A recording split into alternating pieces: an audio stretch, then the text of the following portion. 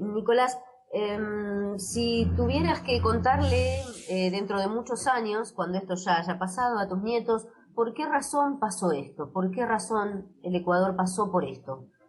¿Qué les dirías? Ya. En marzo de 1999, el gobierno congeló los ahorros de millones de ecuatorianos.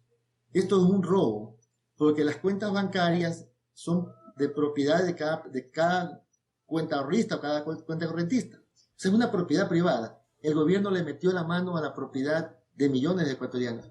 Este país quebró. Se redujo a términos negativos la producción. Más de 2 millones de ecuatorianos emigraron, entre ellos 2 hermanos míos. Los jubilados que vivían de los intereses de sus ahorros se morían de hambre. Tenían que salir a ver cómo se defendían en la vida. Entonces vino un presidente, el coronel Lucio Gutiérrez, que se rebeló contra este gobierno y lo tumbó. A los 2 años había descontento con el presidente Gutiérrez porque sí empezó a tener ciertos abusos.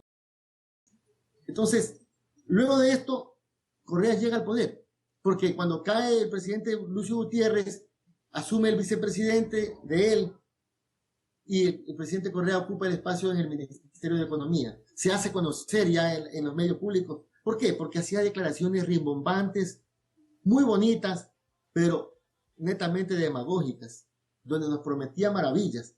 Y quienes algo podemos leer y consultar si no entendemos, veíamos que esto era falso lo que nos decía, pero la gran mayoría empezó a creer. Este es el hombre, decía.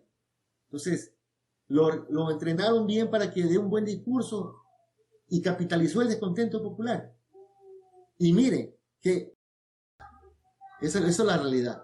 Entonces, Correa supo capitalizar el descontento de los ecuatorianos, que estábamos saliendo de la crisis del 99, que nos costó mucho, porque hay personas que prefirieron el suicidio, ancianos que ya no podían vivir, no tenían qué comer, prefirieron suicidarse, porque toda su plata se había cogido el gobierno. Y luego devolvieron la cuarta parte de lo que se cogieron y ya dieron por hecho.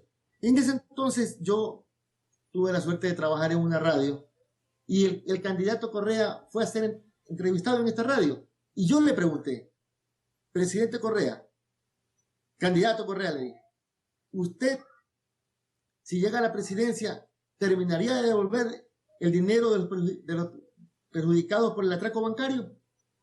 Él me dijo, es lo primero que haré cuando llegue al poder, como una manera de resarcir todo el sufrimiento de los perjudicados ecuatorianos.